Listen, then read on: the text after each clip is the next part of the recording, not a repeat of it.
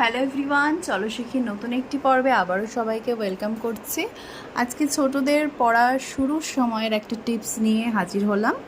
এই ভিডিওটিতে দেখুন, আমি পুরোটা হয়তো একবারে দেখাতে পারছি না একটু অসুবিধার জন্য।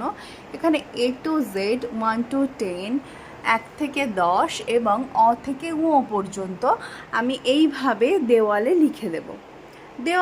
দেওয়ালে হোক বা কোনো কালার পেপারে কালার দিয়ে লিখে হোক, আপনারা যদি আটকে দেন তাহলে বাচ্চারা না খুব মজা পাবে এবং এতে ওরা নিজেরা হাত দিয়ে পড়তে পারবে। বিভিন্নভাবে ওরা এই জিনিসগুলোকে বুঝতে পারবে, বুঝে বুঝে পড়বে, দেখবে বারবার, এতে করে ওদের পড়াটা ভালো হবে।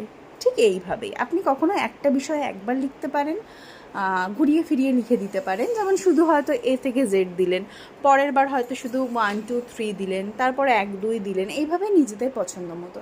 তবে দেখুন, নিচে আমি ক থেকে শুধু ও পর্যন্ত দিয়েছি, কারণ বাচ্চার নেওয়ার একটা ক্যাপাসিটি থাকে।